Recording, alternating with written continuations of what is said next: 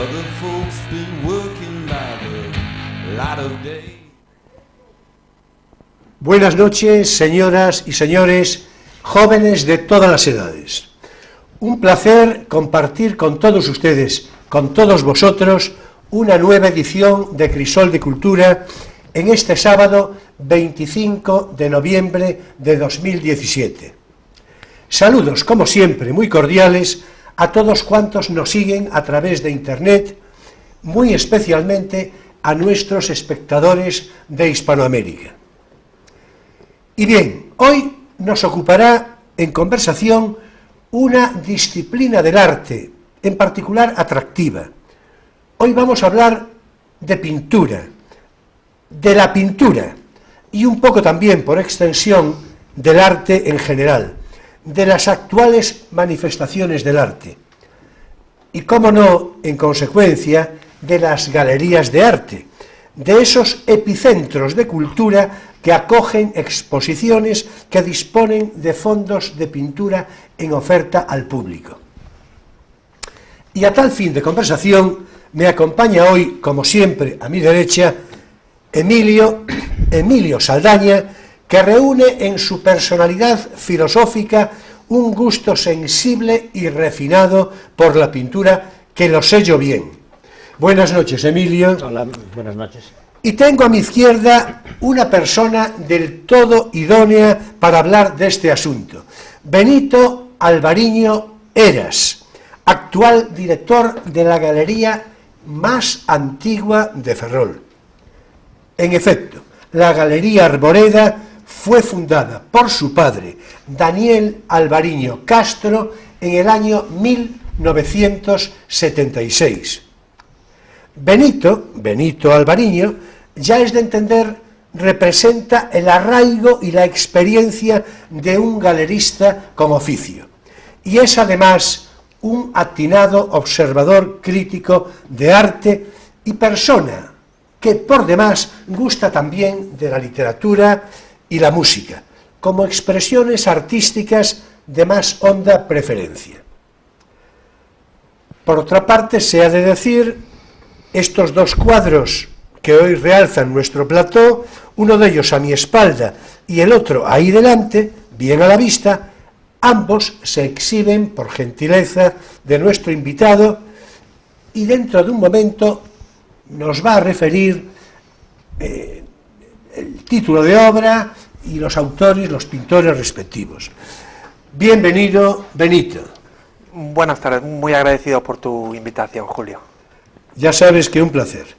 En fin, a ver, ¿acaso debamos empezar por referirnos precisamente a las galerías de arte en su doble faceta cultural y comercial? Veamos, el fundamento básico de una galería de arte se reconoce en que es un centro de exposiciones permanente y, en este sentido, un foco divulgador del arte, de la pintura, por ejemplo, más frecuente, ¿verdad? Un foco divulgador, digo, y en cierto modo también pedagógico.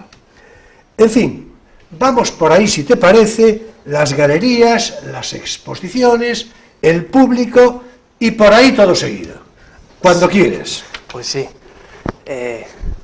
Bueno, por supuesto que decir de una galería de arte, puesto que yo la represento, pero sí es cierto, como dices, que debe de ser un lugar de reunión y de atracción para todas aquellas personas aficionadas en el que pueden, bueno, pues charlar y, si es posible, pues adquirir pintura para ir formando una colección. Yo siempre he reivindicado que la adquisición de pintura debe de tener su punto final en la visita a la galería. Al fin y al cabo, la pintura es un objeto, vamos a llamarle así, que necesita de una visión directa y cercana para la decisión final. Y en la galería de arte es cuando el visitante se encuentra a gusto, charla, se da cuenta de que no solo es el mero hecho de descolgar el cuadro y llevárselo a casa, sino que todo lo que conlleva la transmisión de emociones, de sensaciones, el compartir diferentes puntos de vista, yo creo que es absolutamente fundamental. Y todo esto lo digo porque parece que hoy en día, tal y como hablábamos hace unos días, parece ser que ha habido un cambio de tendencia en la sociedad, y esto yo lo hablo con colegas y de profesión, y parece que está en horas bajas. Las visitas a las galerías han ido mermando, seguramente también por el influjo y la preponderancia de las nuevas tecnologías, de Internet en este caso, ¿no?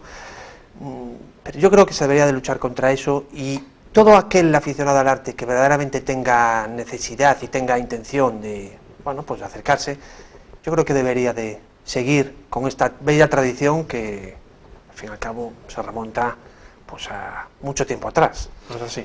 Sin duda, sin duda. Yo creo que el ritualismo al que te referías, que en cierto modo así lo es, ¿no?, como iniciático al reconocimiento de la obra de arte, de la pintura en este caso, de lo que una conversación incentivadora, estimulante conlleva en ese sentido, incluso el ambiente que propicia en sí mismo una galería, ¿no? Es decir, esto es así, sin duda. De ahí que lo fundamental, lo previo, lo imprescindible, es el paso primero de acudir a la galería, sin la menor duda. A mirar, ¿no? A mirar. A mirar, sí, a mirar. Claro, no, tener intención de comprar. Naturalmente, vamos a ver.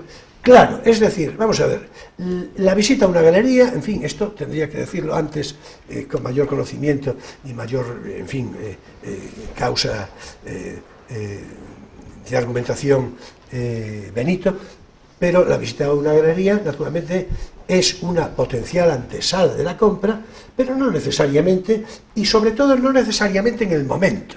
Es decir, hay un proceso de maduración, como todas las cosas. No es lo mismo comprar, naturalmente, un libro de 5, 6, 8, 10 o 20 euros que comprar, en fin, una pieza un poco más, sin duda, con una inversión mayor, ¿no? Sin duda. Aparte de que las referencias son otras. Ahora, ya, en fin, para que ya le entréis a la conversación, esa referencia que hacías a Internet como posible, digamos, competencia, más o menos entrecomillada, de las galerías de arte, yo ahí, desde luego, mostraría todo mi asombro si eso fuera así.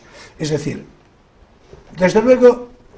Pero yo quería preguntar, ¿competencia a la hora de comprar o competencia a la hora de ver? Porque claro, ver te permite una infinitud de visitas virtuales y de visiones, claro, que con el filtro de Internet, con las limitaciones del formato de la pantalla y todo esto. Pero comprar, la gente compra por Internet viendo una foto allí, una cosa reducida, no, realmente... Es que yo creo que debería de ser antes, en todo caso, un estímulo complementario, claro, que otra cosa. Sí, que yo no veo tanta bueno, no lo sé, pero te quería preguntar, ¿realmente la competencia es porque quita clientela o porque reduce visitas? Porque claro, la comodidad en tu casa, de verlo allí sin... No, yo no creo que sea competencia en ese sentido, porque al fin y al cabo... Tal vez lo interpreté yo mal, ¿eh? Sí, claro, bueno, no, claro, pero sí es competencia, podríamos decirlo en otro sentido, pero sí es cierto que yo estoy seguro de que las ventas, una venta de una obra de arte por Internet de una persona que no conozca el autor o la galería es prácticamente imposible, ¿no? No se puede compararlo con ver un cuadro en directo, con ver una... Pero a lo que me refiero es que Internet lo que ha producido, me parece a mí, yo es lo que observo, y además sobre esto hay escrito más de un artículo y más de dos, y es que siendo el invento magnífico que todos conocemos, porque al fin y al cabo nos ha acercado, a mí me ha dado oportunidad de conocer mucho y muy variados artistas, sin duda, claro. Leer sobre muchas cosas. Pero también lo que tiene Internet es que puede aislar a la persona, es decir, el hecho mecánico de navegar por Internet, porque al fin y al cabo muchas veces así lo hacemos, y rápido, lo que supone, esto no lo digo yo, sino que, como os decía, están de acuerdo estudiosos de esto, lo que supone es que como se ha dicho, acaba con el pensamiento reflexivo, o permite que el pensamiento reflexivo que todo ser humano tiene, lo limita. ¿Por qué? Porque el flujo de información es tal que llega un momento en que el navegante casi se ve apabullado por tal cantidad de imágenes y de lecturas que puede hacer. Entonces, a lo que voy, el arte requiere un pozo de reflexión, de sosiego y de atención. Con lo cual, yo creo que la persona que se acostumbra a ver arte por internet debería de tener claro cuáles son las diferencias entre una y otra, ¿no? Claro, yo creo que eso es lo fundamental. Sí. Es decir, tenerlo claro. No es que no se pueda efectivamente consultar a través de internet, sin duda, pero saber que, digamos que última ratio, es decir, lo que condiciona, porque claro, esa crítica de orden hacia la reflexión más o menos opaca y en fin, que provoca, en eso sí estamos de acuerdo, y a lo mejor podremos movernos. Yo creo que hay a otro reflexión elemento, por ahí, la ¿no? contemplación reflexiva, digamos, sí, o cuidadosa, requiere tiempo. Internet es un medio que no es que te obligue a la velocidad, pero sí que te incita a la velocidad. El dedo se te pone nervioso, andas clicando, saltas de una cosa para otra. Realmente cuesta mucho trabajo estar, yo qué sé, simplemente un minuto mirando la misma imagen en Internet. Es dificilísimo, sí, porque el medio te tira a la inmediatez, al salto, a abrir ventanitas y cerrar ventanitas. Sí, es duda. así. Yo creo que eso sería la diferencia fundamental. A ver si en lo esencial podemos estar de acuerdo. Yo creo que esa es la diferencia fundamental, y es en lo que habría que insistir mucho desde un punto de vista, digamos, pedagógico. Internet es la información, pero naturalmente no es la formación. no.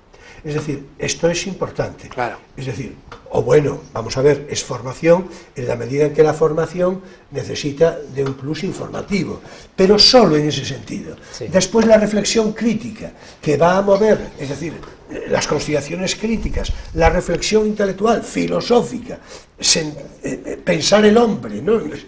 Eso ya naturalmente. Claro, yo me refería a que no ayuda a la paciencia que se necesita para una reflexión, más bien al revés. Claro. Dificulta la paciencia, y la paciencia es un ingrediente necesario para acabar realmente entendiendo y disfrutando de algo que tiene una entidad y una importancia. Absolutamente, que es lo que hablábamos el otro día también en la segunda parte. Así es, esta inmediatez que conlleva la tecnología en general. Sí, la velocidad. La velocidad, exactamente. Proyectada además a los tiempos actuales, yo creo que choca de frente con el hecho de la contemplación, la escucha, al fin y al cabo, porque si hablamos de arte hablamos de las tres, Sí, hablamos bueno, de las ramas, ¿no? O de la lectura. Pero si al fin y al cabo uno se da cuenta y es lo mismo. El hecho de adentrarse en una sala de exposiciones, en un museo, o de meterse en un teatro, en un auditorio, o de sentarse en su casa con un libro, supone el retirarse prácticamente del mundo exterior e interiorizar todo aquello que estamos viendo o escuchando. Sí, es un ejercicio de introspección absoluta, ¿no? Claro, sin duda. Claro. Entonces, parece ser, o es la sensación que me da a mí, que hoy en día nunca como ahora está reñido con la tendencia actual, ya digo de la sociedad en general, ¿no? Sí, el hecho artístico. Sí que el proceso informático, la automatización, es lo que provoca todo eso parece. Claro, y la velocidad, ¿no? Trae la cantidad. Y claro. La cantidad pues trae la dificultad de fijarse, la impaciencia, el estrecho de la información, necesidad de saltar, el problema de los filtros y de los puntos de referencia. Todo eso se origina por una tecnología de la velocidad. Y se nota en la televisión también. Sí. O sea, las películas antiguas, hay mucha gente que ya no lo soporta. Claro. Una película de Bergman con un plano casi fijo, casi quieto allí durante 30 segundos es literalmente insoportable para muchísima gente. Y sin embargo Bergman está quizá más cercano a la sensibilidad artística que muchos Bueno, claro, de los... pero ya te pongo un ejemplo relativamente reciente. Claro, Sí, claro, dentro claro. de un género que es muy reciente, Sí. que es el cine, Es muy el cine. corto, pero es que se ha, en fin, ha evolucionado a una velocidad mucho mayor que la de la pintura. Sin duda. Como decía, Sí, sí, sí, ¿te sí. acuerdas? Claro, claro. Es que el tempo de las cosas, yo creo que es lo que básicamente se perdió sobre todo, el tempo de las cosas. Sí. Ese sentido de reflexión mínima, de introspección necesaria. Vamos a ver, yo voy a, en fin, a relatar de una manera brevísima una cuestión personal, ofreciendo un cuadro. Una anécdota tuya. Sí, sí, pero bueno, pero no porque sea mía, cuanto por la curiosidad de cómo se desarrolla, ¿no? Ofrecía yo a la vista un cuadro que sabía que la persona que lo iba a observar sabía que estaba potencialmente interesado en él. Bueno, estuvo interesado, finalmente lo hizo suyo. Pero recuerdo que estuvo seguramente media hora larga, en silencio, Mirando el cuadro. contemplando el cuadro. Y yo, naturalmente, Eso no lo he visto en el Museo del Prado. no tengo que decir que respete ese silencio. Además, es una persona a la que conozco desde hace bastantes años, que respeté ese silencio, sobre todo porque además le conocía, ¿no? Posiblemente sea un ejemplo un poco, digamos, sobreexagerado para la media habitual, seguramente. Pero es cierto que un cuadro hay que vivirlo de esa manera, digamos, para convencerse de aquello que va a penetrar en tu casa, que va a formar parte de tu ambiente personal. Claro. ¿No? Entonces, en fin, es que esto es fundamental, ¿no? Bueno, vamos a ver, disculpad, por aquello de que el tiempo después ya vemos que, sí, Siempre se hace corto. Sí. enseguida galopa, en fin, se va a galope tendido. Estamos hablando del aspecto entre cultural y comercial de las galerías, más bien reparando en el aspecto cultural, en el aspecto estético, ¿no? Bueno, pero vamos a referirnos ahora circunstancialmente, si os parece, al aspecto comercial de la galería. Tú citabas algo, por ejemplo, interesante. Me pareció que venías a sugerir, en todo caso lo comentamos tú y yo hace un par de días cuando charlamos, te hablaba yo de los clientes potencialmente estables de una galería, o sea, lo que forma parte de la cartera de clientes, los clientes frecuentes que ya no son exactamente estables, y los esporádicos, ¿no? Los estables conforman esa cartera, son, digamos, asiduos, muy asiduos. Los frecuentes pues vienen con alguna regularidad, y los esporádicos, la palabra ya los describe, ¿no? Naturalmente. Pero tú citabas, en fin, yo quiero preguntarte desde tu experiencia y en términos sociológicos lo que ocurre con esto. Tú echas, hace un momento nos decías que echabas en falta la frecuencia del público. En las visitas. Sí, en las visitas. Yo creo que puede ser algo, además de las razones esgrimidas hace un momento, es la automatización y todo esto, yo creo que también podría ser algo, por lo menos, no sé si tan residualmente, con un cierto respeto, una cierta... Es decir, ver la galería de arte por parte, quiero decir, de la persona de orden medio, no hecha este tipo de cosas, sin una formación artística suficiente, pues a lo mejor la ve con una cierta distancia respetuosa, la ve, ¿no? Y eso le impide entrar. Es cierto, sí, yo he pensado mucho siempre sobre esto y efectivamente hay algo de ello, pero el público se debería dar cuenta de que una galería no es un lugar exclusivo y cerrado en el que solo entran unos cuantos, al revés. Al fin y al cabo, una galería de arte es un comercio, porque al fin y al cabo es eso, es un comercio abierto al público. Yo solo puedo decir, por la experiencia que tengo de tantos años, que en general las personas que han venido por primera vez, ojo, hablo de los primeros visitantes, bueno, siempre tienen una experiencia grata y las palabras son buenas. Ojo, yo supongo que esto me lo dirán de manera sincera, pero creo que es así. Hay un cierto temor. Después quizás puede suceder también que la persona que quiere hacer la visita y no se atreve es porque se encuentra empequeñecido ante la posibilidad de que surja la charla y de que haya opiniones sobre el arte, pero ni mucho menos. Cada uno tiene un juicio, lo puede exponer con total libertad y es absolutamente respetable. Bueno, aparte, debería acabar con esa visión un tanto elitista de las galerías. No, no es así, ni mucho menos. Sin duda, y además con una particularidad, y ahora voy a decir algo que ya, si te parece, matizas tú porque creo que es interesante. Vamos a ver, es que en realidad habría que decir que al margen de erudiciones personales, de reconocimientos artísticos, en fin, profundos y en fin, académicos incluso, lo que sí está claro es que lo que importa es la sensibilidad de cada cual. Lo que a cada cual le guste, coincida o no con los cánones académicos, de erudición, artísticos y demás. Porque, naturalmente, esto es así, ¿no? Y en cierto modo incluso mejor, porque si no coincide siempre será más barato que si coincide.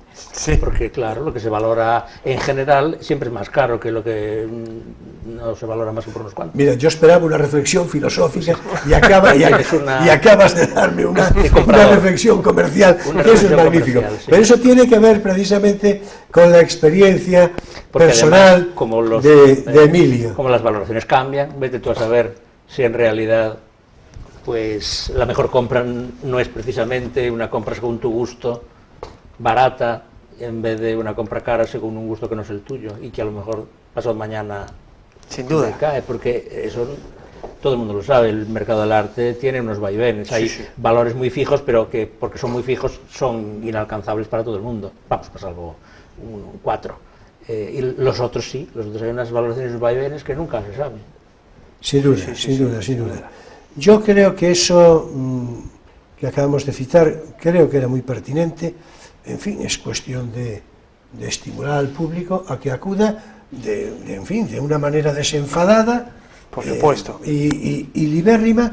Además, con la particularidad, decías tú, esto es un comercio, es una tienda, en cierto modo. No, sí la es, pero con una salvedad importante. Generalmente uno acude a una tienda, la que fuere, del asunto que fuere, y va a comprar. Por eso acude a la tienda. Aquí no necesariamente. Claro. Aquí, claro, esto es importante. Aquí no necesariamente. Va a la tienda. Esto es una visita que se hace muchas veces por puro deleite, por el placer de contemplar una exposición. Claro. Y yo creo que a mí me parece muy acertada la costumbre ahora de que los niños, los colegios, de vez en cuando lleven a los alumnos, a los niños, a las visitas, ¿no? Visitas de galerías o de museos o de cualquier hecho cultural. Me parece importantísimo. Al fin y al cabo, estoy seguro que en más de una ocasión se habrá despertado alguna vocación después de una visita de este tipo, ¿no? Fácilmente, fácilmente. Por lo menos, si no vocación, en el sentido, cuando menos, estímulo de interés y una forma de despertar la sensibilidad precozmente incluso, ¿no? O sea que en ese aspecto, sin duda. Bueno, un pequeño apunte antes de pasar a otras cosas.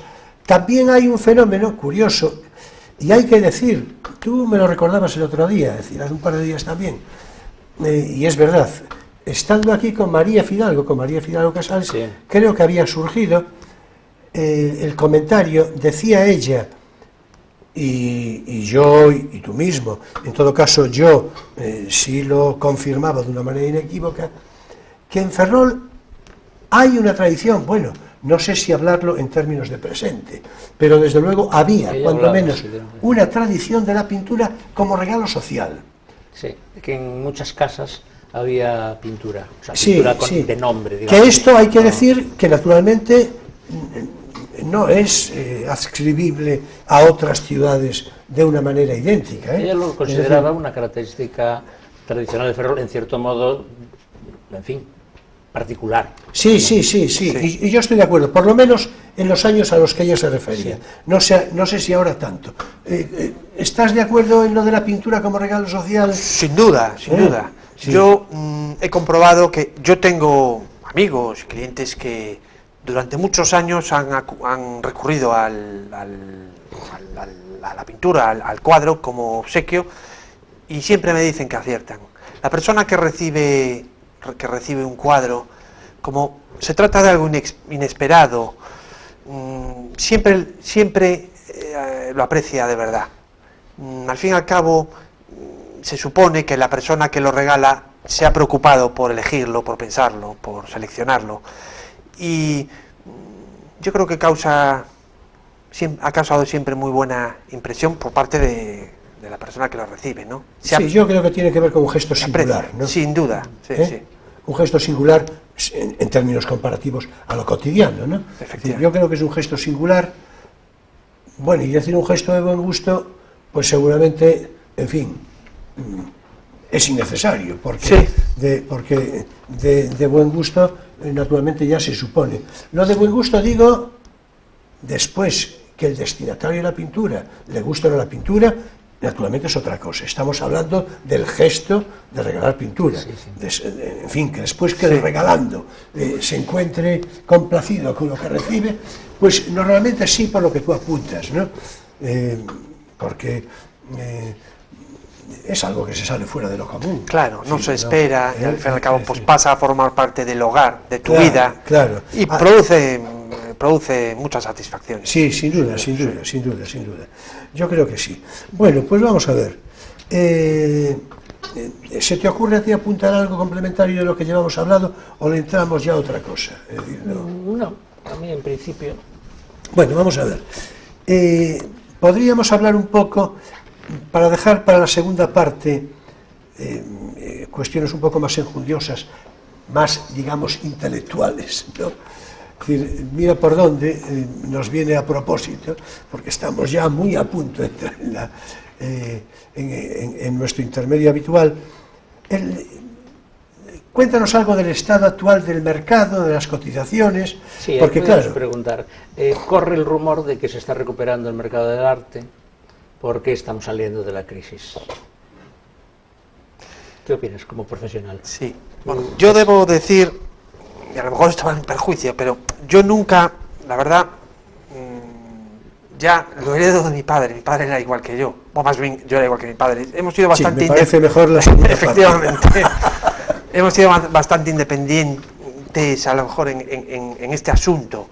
Quiero decir que yo no he tenido regularmente pues relación tanto de reuniones o de participación de ferias con otras galerías, pero bueno, siempre uno está al tanto del mercado. Sí es cierto que parece que hay un repunte, pero es lento.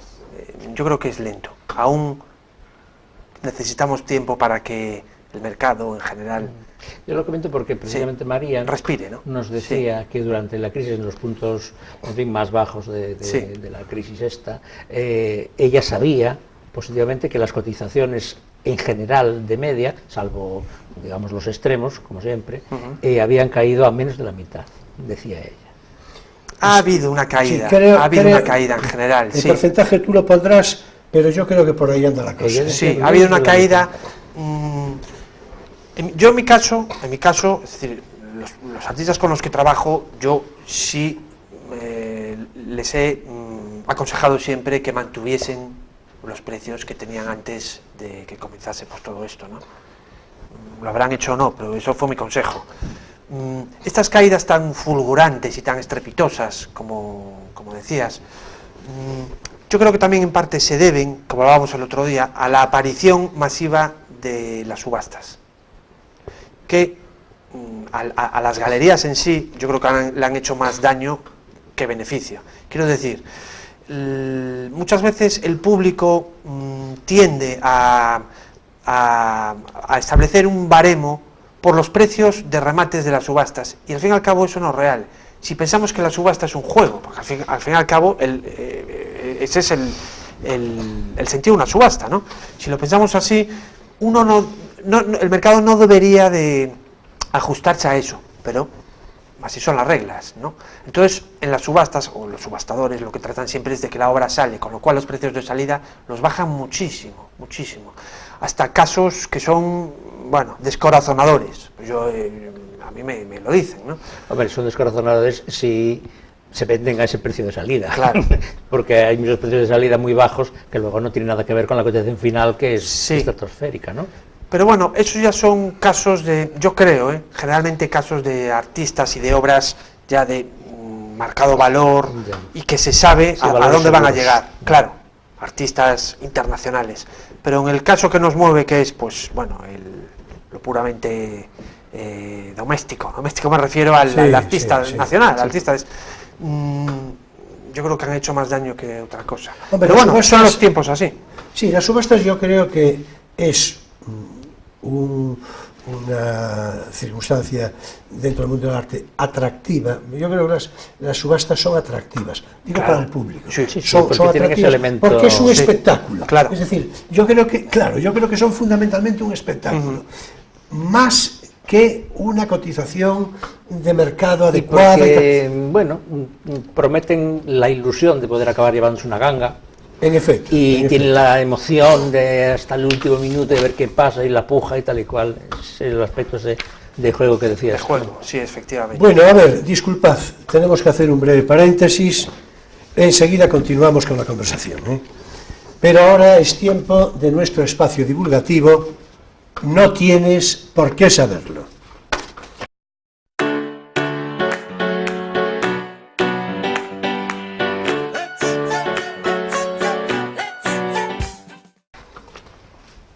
Y hoy vamos a poner fin a la cronología histórica del reinado de Carlos III, del que venimos ocupándonos en las últimas semanas. Estamos a la altura del año 1779, en el que España y Francia participan contra Inglaterra en la Guerra de Independencia Americana. Algo a lo que nos referimos el otro día ya. Por otra parte, se intenta sin éxito el asedio de Gibraltar. A Gibraltar cualquier día le dedicamos un programa porque merece la pena desde todos los puntos de vista. Hace un momento hablábamos algo, hacíamos un pequeño apunte entre nosotros fuera de plató.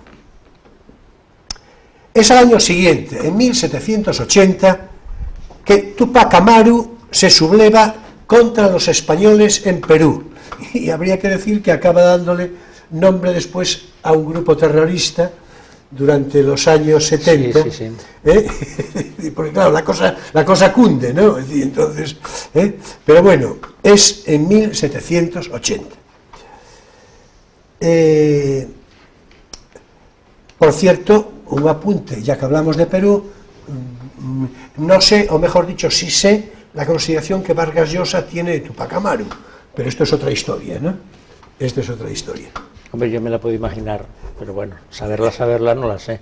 Bueno, en fin, con la certidumbre más o menos que la tuya, en fin, más o menos, ¿verdad? Más o menos. Por cierto, Tupac Amaru y Tupamaros tendrá que ver. Sí, por supuesto. Sí, ¿no? Claro, es decir, es la relajación ya, porque de la palabra. Tupamaros era un grupo argentino, ¿no? Uruguayo. No sé si finalmente pasó a Argentina, tampoco es muy difícil, porque, pero vamos, sí, es los Tupamaros, viene de Tupac Amaru, sí, por derivación, ¿no? Sí, por derivación.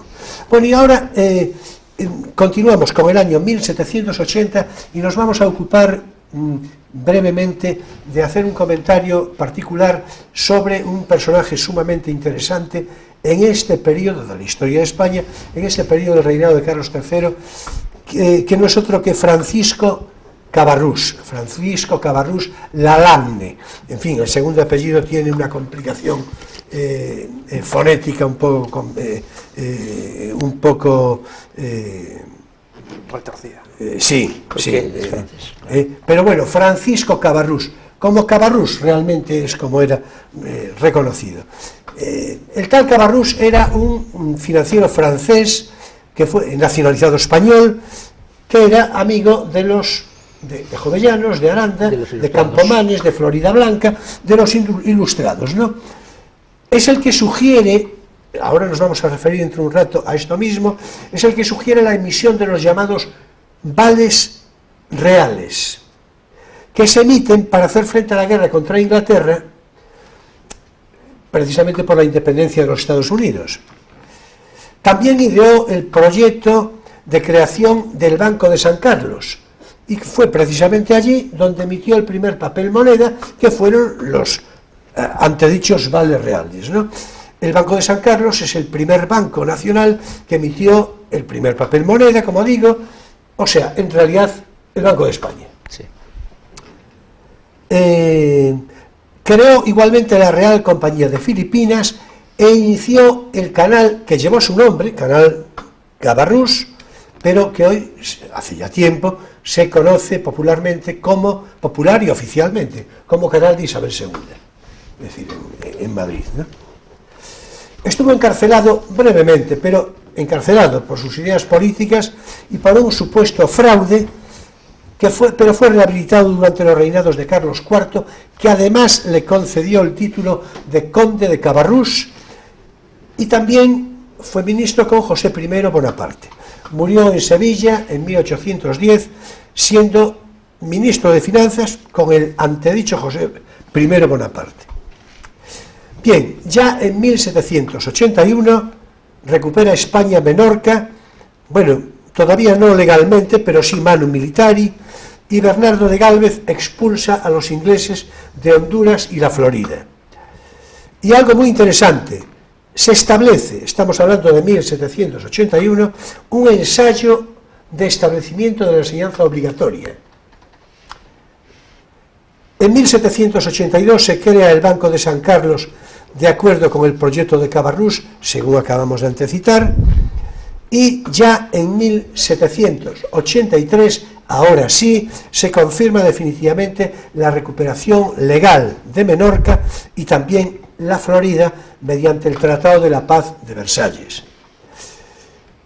Y en fin, en 1784 se crea en Zaragoza, te lo digo por la parte que te toca, la primera cátedra de economía. En 1785 se instala en Barcelona el primer telar con denominación Jenny.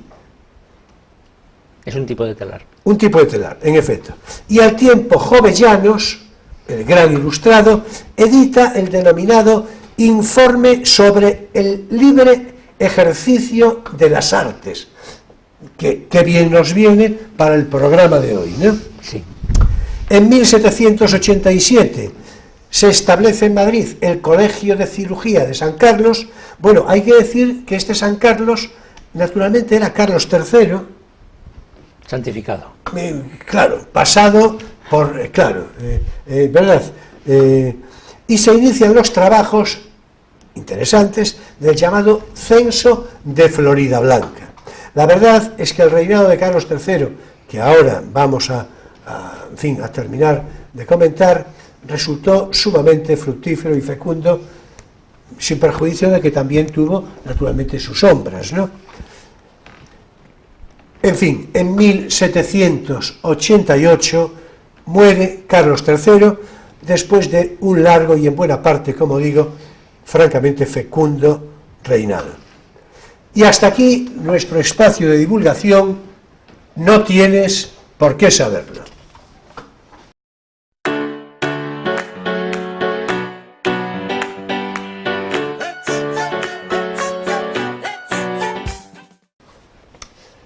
Bueno, ya podemos continuar, naturalmente, con lo que a nosotros nos ocupa, que ya sabemos de qué se trata. Estábamos en lo de las cotizaciones del mercado, sí, ¿no? Lo estamos centrando mucho en la pintura, pero en realidad en la galería tuya también tienes escultura. Sí, bueno, claro, la escultura es, al fin y al cabo, otra...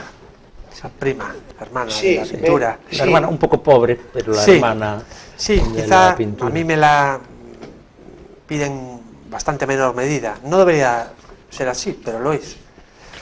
A mí me parece que es quizá por falta de costumbre, por falta de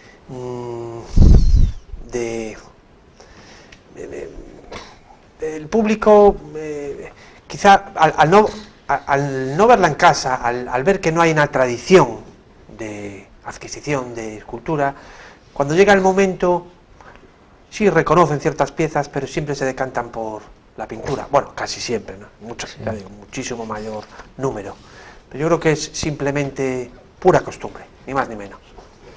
Bueno, y probablemente también algo, en alguna medida, resulte seguramente más reconocible al espíritu inmediato, el cromatismo, ¿no? Yo creo que el cromatismo... sí. Yo creo que el cromatismo, no lo digo por otra cosa, Sí. Yo creo, al margen del motivo y de tal, yo creo que el cromatismo, habría que decir el policromatismo, ¿no? Sí. De un cuadro resulta, en fin, tiene... Sí, más atractivo para, Claro, para el visitante yo creo, sí, común, medio. La escultura podría haber sido mayoritariamente escultura policromada. Hubo momentos de la historia donde toda la escultura era policromada. Se ha perdido esa policromía en los últimos tiempos, en realidad, donde a los escultores les ha dado por los materiales puros, el mármol o el hierro puros, y ahora ya casi no hay nadie que haga escultura con colores, quitados los ceramistas que pueden hacer, pues eso, terracotas policromadas, fuera de eso, pero es verdad que toda la escultura medieval era policromada y que la escultura griega antigua, aunque a nosotros nos ha llegado blanca y despintada, era pintada. Sin duda. Y sin embargo, en los últimos 2 siglos, bueno, yo creo que en realidad desde el Renacimiento, que recuperaron la imagen que ellos tenían de la escultura antigua, que claro, tenía una imagen en blanco crudo, digamos, en mármol, porque les había llegado así, porque en su origen no había sido así, ni el Partenón era blanco, ni las esculturas eran de ojos vacíos, tenían los ojos pintados y el pelo y en fin. Entonces, claro, a partir de ahí, dado el prestigio del Renacimiento, yo creo que todo vino por ahí, como pues Miguel Ángel, etcétera, pues se dedicaron a la escultura en mármol, sin pintar, pues ahí quedó. Sí, pero el apunto que haces es, como tantas otras veces, muy interesante. La iconografía... Quiero decir que nunca se recuperó la pintura policromada. Sí, pero la iconografía religiosa, en general, en madera, por ejemplo, está muy vinculada al... Bueno, porque esos siguieron en realidad vinculados a una empresa, cuyos, digamos, fondos eran escultura policromada. De ahí no hubo tanta ruptura. En efecto. Pero en el ámbito, por ejemplo, de la escultura civil... Sí. Es cierto. Sí, bueno, ya lo digamos ahora. Y sí, eso es así. Y todo lo que es escultura religiosa, tallas y cosas así, a partir del siglo XVI y XVII, prácticamente toda la escultura es monócroma. Es mármol, hierro y bronce. Sin duda. Y a lo mejor con una pátina y tal, hasta la propia terracota. La mayor parte de las terracotas que hay no son pintadas. Hay una minoría de terracota pintada, la mayor parte son crudas. Y nunca se recuperó, y eso que ahora sabemos que efectivamente el Renacimiento nos mintió sobre la antigüedad, porque la imagen que tenían ellos, o la que tenía Winkelmann, o la que tenían los neoclásicos, los románticos, era una imagen descolorida por error, digamos. Efectivamente, sí. Pues nada, no hay manera. Exactamente.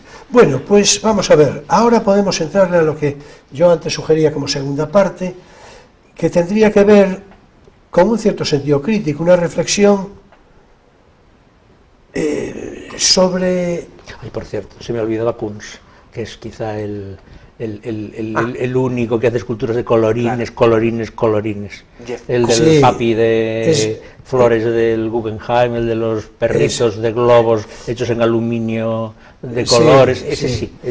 Incluso su escultura con la chicholina tiene todos los colores del mundo, pero yo creo que es así el único escultor realmente además, colorista. En el Guggenheim estuviste yo estuve este verano, ¿no? Y por eso me acuerdo. Tienen uno de los perros estos de globos en el... de globos. Sí, bueno, de globos, son de aluminio y miden 3 metros o 4, pero imitan a una escala gigantesca lo que son los perros hechos de esos globos largos, ¿no? Sí, pero bueno, la tendencia general naturalmente es la que describías, ¿no?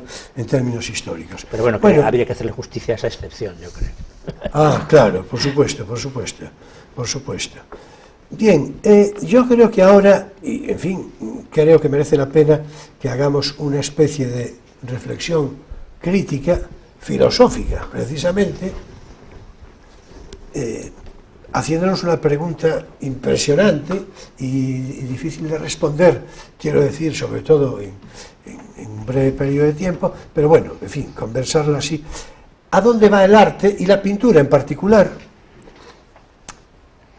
Esa es la pregunta del millón, ¿eh? Sí, sí. ¿A dónde va el arte? No, sí, no. Vamos a ver. Claro, es... Viniendo del siglo XX, además, claro, en ya sí, me dirás tú, como para hacer en sí perspectiva. misma es una pregunta de apariencia pretenciosa, que no es el caso, ¿eh? Pero, no, vamos a ver. La referencia, el otro día hablábamos de ese libro que yo no conocía y que me quedaba yo muy asombrado de no conocer, ¿recuerdas? Lo de Guy Debord, La Sociedad del Espectáculo. La Sociedad del Espectáculo Y por otra parte, contigo hablábamos de La Civilización del Espectáculo de Vargas Llosa. Sí. Yo creo que por ahí podríamos hacer un comentario, porque claro, hay una cosa que sí es cierta, y que, por cierto, ya que tú hablabas de la inspiración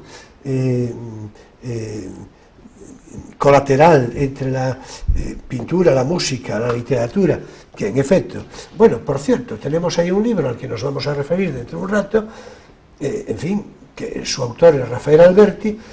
Rafael Alberti es precisamente un caso claro, lo digo por proximidad geográfica, ¿verdad? De un extraordinario poeta, en unos momentos más que en otros, pero un extraordinario poeta, que fue antes pintor. Y de hecho en un momento dado no sabía si dedicarse a la pintura En o dedicarse efecto, a la... en efecto, que fue antes pintor. Y bueno, no dejó de ser pintor nunca, Ya, pero bueno. pero ya no se dedicó, es decir, después su tarea principal fue la poesía, como sabemos, ¿no? Pero era un excelente dibujante, a lo que nos vamos a referir ahora, por cierto, un excelente dibujante, muy singular y demás, ¿no?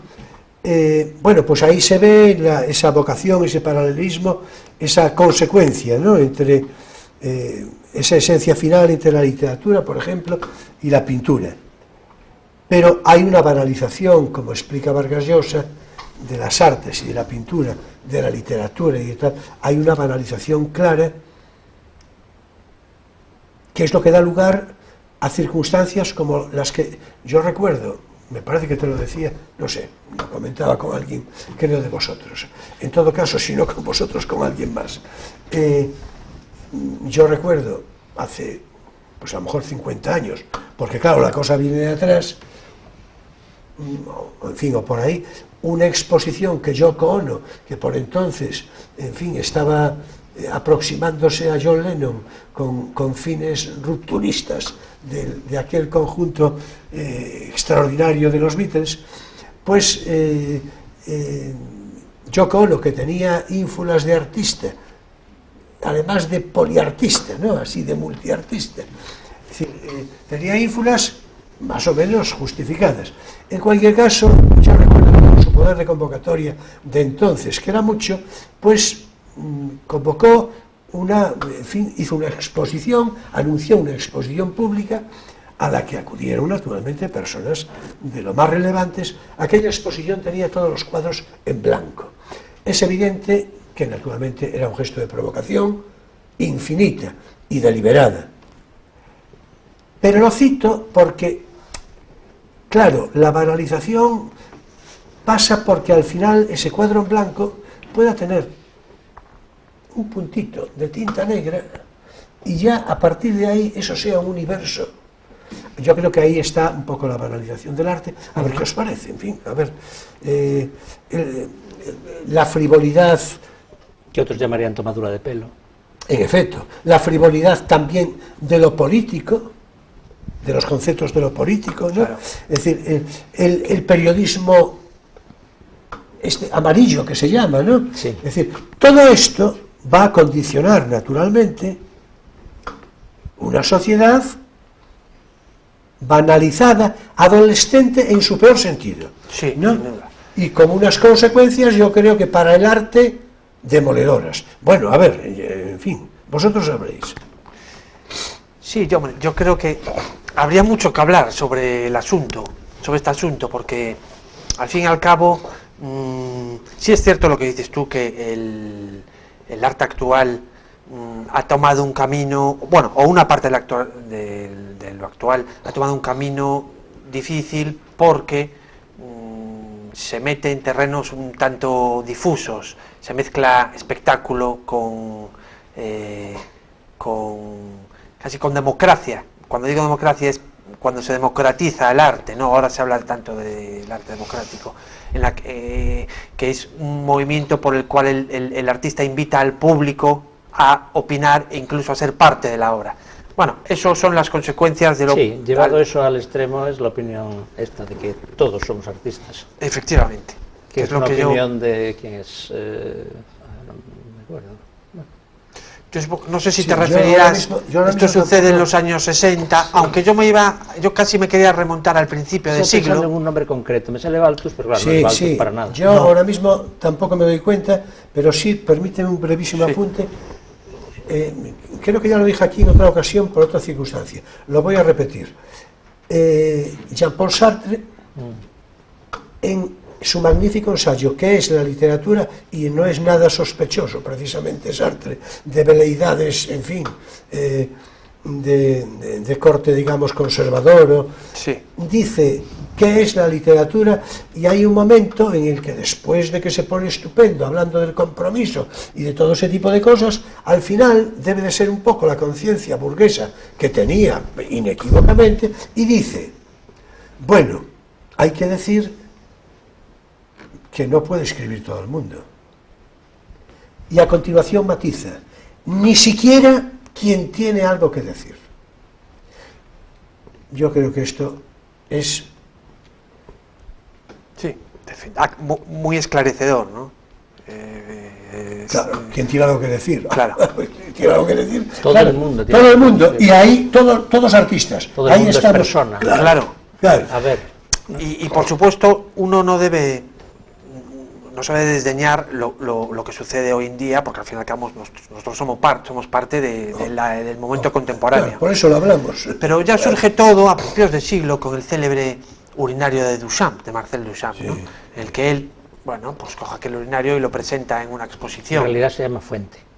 Exactamente. Sí, para ti es un urinario. Claro, sí. Pero, claro. Es verdad, bueno, es verdad. Tiene su significado y tiene su... Es que el hecho de llamarle fuente y de ponerle ese título es fundamental en la operación del sentido subversivo de... Exactamente, de algo subversivo. De esa obra. Subversivo. Él, no me cabe duda de que era un hombre... Puede darle la vuelta, ponerlo al revés. Darle la vuelta, era un hombre muy inteligente y sabía lo que hacía perfectamente. ¿Cuál es el peligro y el problema? Que a partir de ahí pueden surgir muchos cuando pastiches. Se generaliza, claro, por supuesto. Pastiches y muchas... Claro. Entonces... Incluso grandes ideas que en un primer momento tienen un valor provocativo y que son chocantes y que tal, si se repiten ya perdieron todo lo único que tenía, que era eso, la sorpresa y la provocación. Si la haces dos veces ya se acabó. Claro, es como un chiste que cuentas dos veces ya no te hace gracia. Convertir y consolidar... La genialidad es Duchamp, no... Los Duchamp. Claro. Después en los años 60 viene Andy Warhol, que es otro listo, porque al fin y al cabo era un hombre inteligente que supo aprovechar muy bien la conformidad de la sociedad entonces, sacarle partido con esa apropiación de cualquier imagen, puesto que él es lo que hacía, ¿no? De hecho se ha llamado así el apropiacionismo. Y él viene a decir, cualquier elemento que entre en un museo pasa a ser obra de arte. Claro, ¿qué se puede objetar a eso? Al fin y al cabo uno se queda... Cela decía, novela es todo lo que se edita con el epígrafe de novela. Claro. Ya está. Sí, es un tremendismo de Cela, claro. Entonces uno tiene que, por supuesto, tiene que procurar formarse e informarse de qué es el arte en el siglo XX, en el siglo XXI, y como digo, por supuesto no podemos estar cerrados a lo nuevo, pero hay que tener claro, porque aquí es donde está la gran confusión de lo que sucede hoy en día, hay que tener claro que yo creo que un artista tiene que tener una formación, un fundamento, una base que dé consistencia a su trabajo. A partir de ahí, con el ejercicio diario y la disciplina, se pueden ir logrando objetivos e ir tomando caminos, cada cual el que considere. Al final no me parece lo preocupante que se diga todos somos artistas o todo es arte, siempre que se mantenga hay arte bueno y arte malo, hay arte mejor y arte peor. Mientras se mantenga eso, pues a mí, bueno, claro. Hombre, es un poco delicado. De hecho, es decir, todos hablamos, pues sí. Nos comentábamos... ¿Nosotros sabemos escribir? Pues sí. Claro. Nos comentabas hace un rato, veníamos en conversación, calle adelante, y tú hiciste un comentario que yo creo que viene del todo a propósito ahora, cuando hablabas de lo que suponía la degradación formal de Leonardo a Picasso. Bueno, Picasso, bueno, en fin. No, que no es sería el último clásico. Que no es sí, por supuesto. Clásico. Que no es, claro. O sea, el último de los importantes. Decir, por supuesto, clásico, pues comparado con Basquiat, con lo que viene a continuación, evidentemente. Claro. Por cierto, ahora, porque si no después, en fin, voy a repetir lo del tiempo, por aquello. Sí. Es decir, enseguida volvemos a esta historia que merece la pena, pero ya que citamos a Picasso, sea de decir Picasso y Dalí, lo hablábamos tú y yo el otro día. Sí. Bueno, y podemos incluir ahí a cuantos queramos al caso, eran grandes dibujantes, ¿no? Sin duda, claro. Grandes, extraordinarios dibujantes. Y creo que tenemos seguramente algunas imágenes que nos pueden ilustrar. Yo creo que, en fin, realización, a ver si nos incluye ahí alguna imagen, porque creo que disponemos, ¿verdad? Sí. Creo que de Leonardo, ¿no? De Leonardo y de Picasso y de Ingres. De Leonardo, de Picasso y de Ingres. Bueno, sí. La proyección del dibujo hacia la pintura, ¿verdad? Es decir, la progresión desde el dibujo hasta el acabado de la pintura, ¿no? Ahí tenemos, más o menos. Ahí tenemos uno de ellos. La odalisca de Ingres. La odalisca de Ingres, precisamente. Claro, Ingres fue, quizá el dibujo de Ingres se considera como uno de los más excelsos sí, en su momento fue, o pasó, bueno, claro, era francés y lo francés ya se sabe, sí. Pero pasó por el ser el canónico. Exacto. Sí, Justo. justo. De una ejecución, justo. Bueno, extraordinaria. Pero bueno, luego vinieron unos dibujantes extraordinarios también, pero muy relamidos detrás, que pusieron un poco en crisis esto del canon. Claro, ahí tenemos Ingres dibuja mejor que Alma Tadema, por ejemplo. Ya, disculpad, esa imagen... Claro, pero claro, uno es relamido y es no sé qué, kitsch, como se dice, claro. Y el otro todavía no, pues es muy... Sí. Es Por el favor, dominio técnico. reparad en esa imagen que... Eso es Leonardo.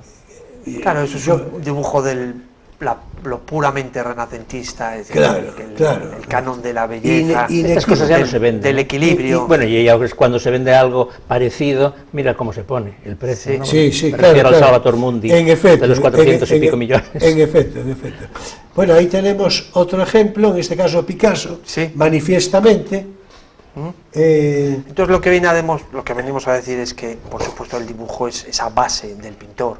Incluso es ese primer momento en el que se concibe la idea y se traspasa al papel de la manera más pura posible. Claro, es que eso es más, lo que yo más quería significar. Directa posible. Por eso lo introduje, es decir, vamos a ver, hablamos de la banalización del arte y todo esto. Claro, es que resulta que hoy hay pintores que no saben dibujar. Que no saben dibujar. Es que eso es impresionante. Porque en las facultades ha perdido importancia. Muchísima la asignatura del dibujo. De hecho, en Norteamérica, por ejemplo, en las escuelas de arte casi no se aprende a dibujar. Claro. Los mejores dibujantes son los que hacen cómic y los que hacen publicidad, porque ahí todavía se necesita una correcta, dibujo correcto. Es que como tú muy bien dices, todo esto surge, yo creo que esto surge en Estados Unidos en los años 50, con todo aquel movimiento del expresionismo abstracto, que bueno, siempre he dicho que es un tanto redundante eso, pero bueno, es así. Entonces, es que eso liquidó primero la necesidad de aprender a dibujar, claro, y segundo, el hecho de aprender a dibujar. Claro. Pero bueno, es... Sigue habiendo pintores que saben dibujar. Extraordinarios. No, y nosotros mismos conocemos todos algunos, ¿no? Claro. Pero es un hecho, este asunto es muy difícil y ya digo, hay mucho que discutir, porque desde el momento que surge el arte conceptual, hay un enfrentamiento directo. Si el artista viene a decir que lo importante es el concepto, la idea, lo que está en su cabeza, que eso es el germen mental, el germen es una cosa, el germen del arte. Leonardo, Entonces la ejecución pasa a estar en un segundo plano, con lo cual hay artistas que pueden apropiarse de Bueno, elementos, de imágenes y hacerlo suyo, pero ¿no? la idea de que el discurso, arte, sobre todo espiritual, es una idea renacentista, porque es Platón. Sí, Es sí. decir, es Leonardo, Sí. es Miguel Ángel, Claro. y sin embargo no tiene nada que ver con que ese predominio de lo espiritual sobre lo manual no requiriera una mano magnífica. Claro. Claro. Porque todavía Velázquez, cuando se dibujan las meninas separado del cuadro, está inscribiéndose en esa tradición del artista como un espíritu superior tan elevado como el poeta, que en aquel momento era la discusión, en italiano naturalmente, Sí. que ya había pasado por allí Miguel Ángel y Leonardo y Rafael, y entonces ahí estaba fuera de discusión, pero en España todavía era un poco menos que un cocinero, un poco Bueno, más que un y cocinero. descubriendo el impresionismo, de paso. Exacto. Y descubriendo el Entonces, impresionismo. la cuestión no es que sea en primer lugar o prioritariamente algo mental o algo espiritual, sino que eso pueda prescindir de la base material y del proceso manual, que es el salto que se da desde las vanguardias, que es una cosa que hacen señores que sí que sabían dibujar, pero que no quieren, a los que en esa línea van a abandonar ya el propio conocimiento del dibujo, Claro. y al final el propio proceso manual o el propio proceso material, podríamos decir, hasta los extremos del arte conceptual. Bueno, hoy tengo que contar alguna que otra anécdota. Pues la voy a Hoy estás contar porque anecdótica, ya, sí, la voy a contar. Hace, pues seguramente 40 años, algo menos, 35, pongamos. Recuerdo en una exposición en La Coruña, fui invitado por un amigo muy querido y naturalmente acudí. Lo que estáis glosando es que viene de todo a propósito. Aquel hombre tenía una exposición amplísima de cuadros. Lo exponía en la casa en la Plaza de Pontevedra, allí en aquel edificio acristalado que naturalmente se conserva, Sí. y que por entonces era delegación de, no sé si de sindicatos, de Falange o algo así, en sala de exposiciones. En Coruña. Sí, sala de exposiciones y todo esto. La sala magnífica, el edificio estupendo. La exposición ya veremos. Entonces llega, me presentan al pintor, al que yo, por otra parte, estaba obligado por cortesía, en fin, a tratar razonablemente bien, porque iba acompañado de este amigo tan sentido, y era un pintor de estas características que estabas describiendo. Claro, si hubiera 6 o 7 u 8 cuadros, pues aquello era un poco soportable, en fin, sería soportable. Pero es que el asunto es que allí había 25 o 30 cuadros, acaso más. Entonces yo llego a un momento en que hoy probablemente actuara de otra manera, pero por entonces seguramente con una cierta vehemencia, y en fin, no sé cómo decirlo, pues me acerqué al artista, al pintor. Ahí estaba por allí. Claro, claro, es que la anécdota tiene que ver con esto. Es que nos estaba contando cómo era y qué era cada cuadro. Es decir, él iba cuadro por cuadro explicándolo.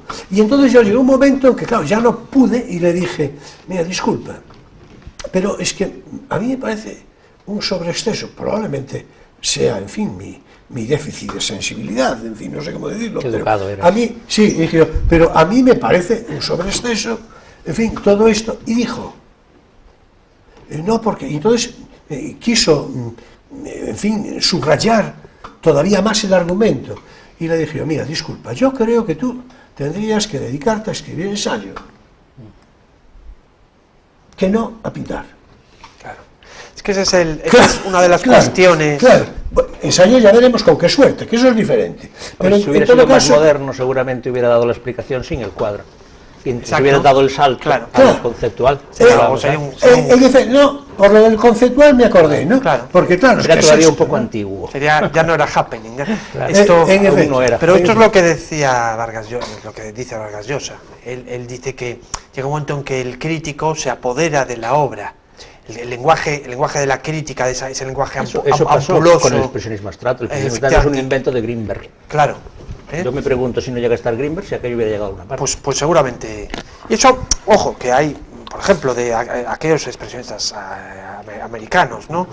Yo estoy seguro de que cuando un ojo atento y entrenado ante la contemplación de un cuadro de Rothko debe de sentir, bueno, más de una emoción. Es decir, que era un gran artista, pero a lo que voy es que comienza la confusión. Entonces, como digo, es el lenguaje de la crítica elevado, ampuloso, que al fin y al cabo muchas veces resulta ser hueco. Es lo que va alejando al público medio del artista. Entonces se va creando esa dualidad y llega un momento en que, claro, se hace ininteligible, absolutamente ininteligible. ¿Qué sucede? El ciudadano de a pie, cuando no entiende aquella explicación, tiende a callarse, a reservar su opinión, pero por ende lo respeta también, lo mira casi como algo sumamente elevado, ¿no? Es que de algo tienes que fiar. Si no te fías del discurso crítico porque no lo entiendes, sí, pues te fías a lo mejor de los precios de las subastas del mercado, que eso lo entiende todo el mundo.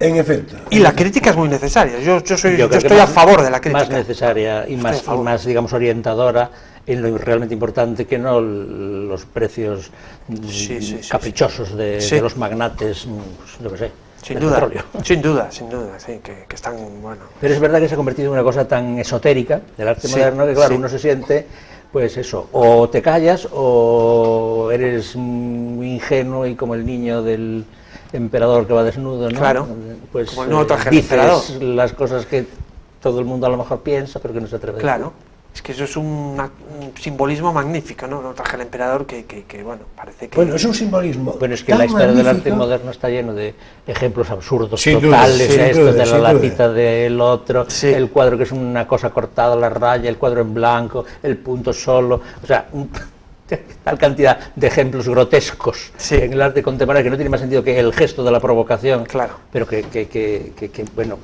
en fin... Fuera de eso, eso tiene nihilismo. Quizá, exacto, y tiene su sentido en su momento, como lo tuvo el Dada, ¿no? Sí. Pero Dada es un movimiento efímero, en fin. Claro.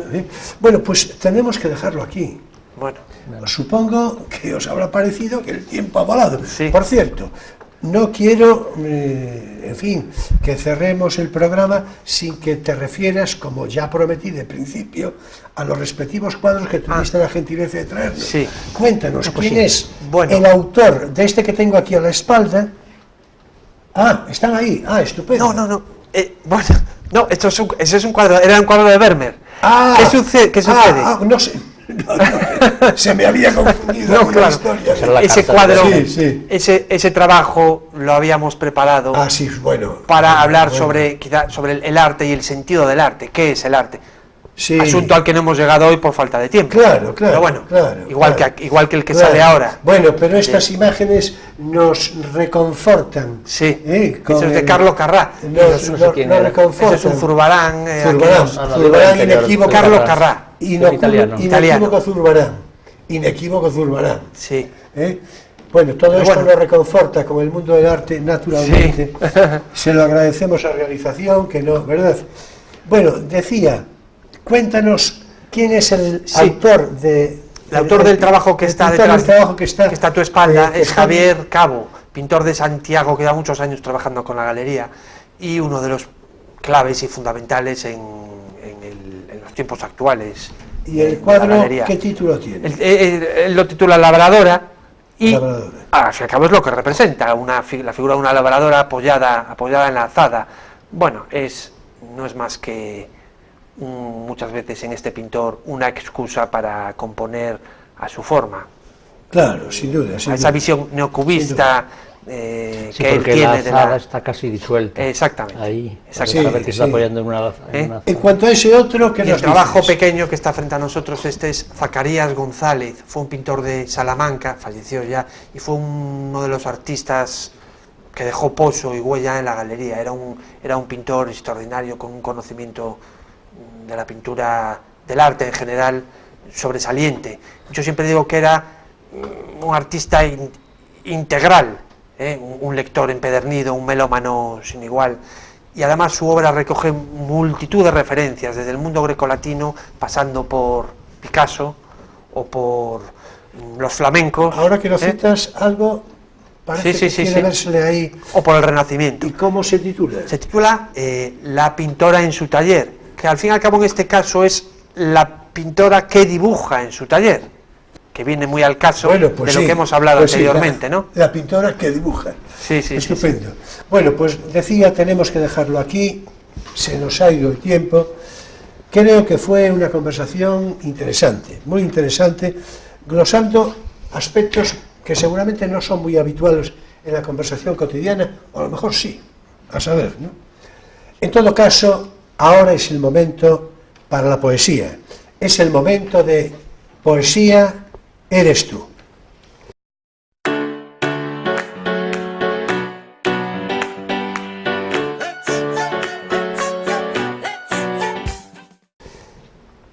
Y hoy, como no, el poema más propicio y redondo para cuanto nos ocupó en conversación lo aporta Rafael Alberti con sus magníficos versos dedicados a la pintura. ¿Me permites ese libro que tenemos ahí? Muchas gracias. Bueno, vamos a ver. Este libro que la cámara puede recoger es una magnífica edición precisamente del poemario A la pintura de Rafael Alberti, donde se acompaña cada poema con una ilustración así correspondiente. Es, ilustración de sí mismo, del propio Alberti, claro está. Bueno, claro no, y está. también algunos cuadros. Sí, y hay algunos cuadros a los que se refiere complementarios. el poema. Así es, así Porque es, así es. hay más dedicados a pintores y a cuadros. Sí, bueno, esto como edición es realmente una maravilla, Sí, es muy bonito. con una introducción. Esto se llama A la pintura, poema del color y la línea. Son poemas escritos entre 1945 y 1987, que en este caso comprenden 95 ilustraciones con un comentario de Vicente Aleixandre a la entrada. Y por aquello de... Ese, por ejemplo, es un dibujo de Picasso, ¿no? Sí, vamos a ver, voy a mostrar a la cámara. Este es el dibujo poema que le escribe Alberti a Picasso. Sí, Alberti ya a lo pone Picasso. en la dedicatoria, su gran amigo Rafael Alberti. En efecto. Y tenemos aquí el correspondiente La devolución. de Picasso, la devolución de Picasso a Alberti. Donde pone para el pintor Rafael Alberti. Justamente, porque como decíamos hace un rato, antes fue pintor que poeta, por lo menos en su intención primera. Y bien, este es el completo poemario de A la pintura, y aquí lo que ahora voy a recitar, voy a leer, es el poema concreto que precisamente aparece al dorso de la edición, al dorso del estuche, el poema A la pintura, y dice así: a ti, lino en el campo, a ti extendida, superficie a los ojos en espera, a ti, imaginación, helor u hoguera, diseño fiel o llama desteñida, a ti, línea impensada o concebida, a ti, pincel heroico, roca o cera, obediente al estilo o la manera, dócil a la medida o desmedida, a ti, forma, color, sonoro empeño, porque la vida ya volumenable, sombra entre luz, luz entre sol, oscura, a ti, fingida realidad del sueño, a ti, materia plástica palpable, a ti, mano, pintor de la pintura. Con estos versos prodigiosos cerramos hoy nuestro espacio poético Poesía eres tú.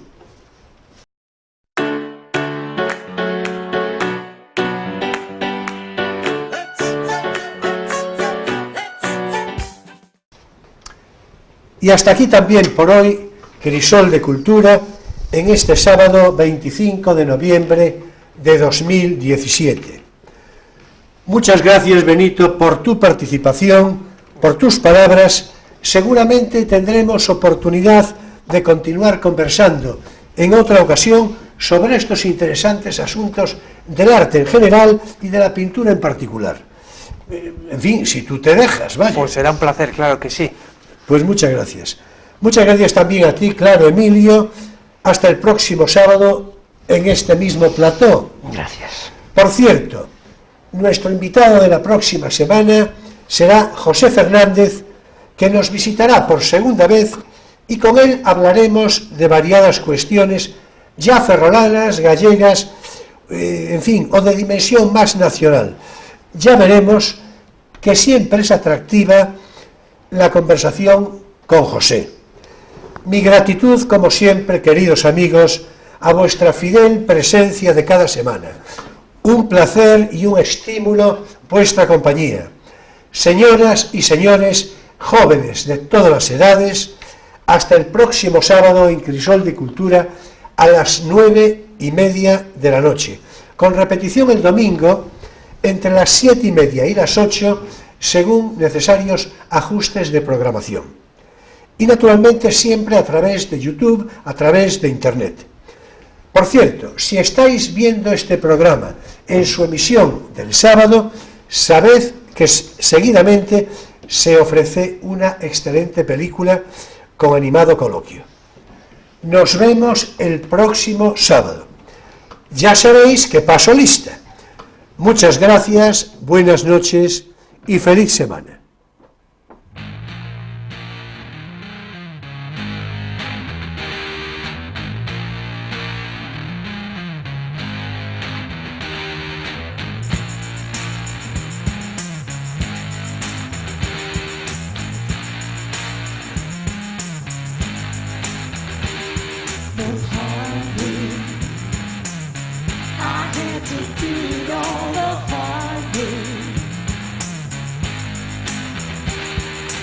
Hard way.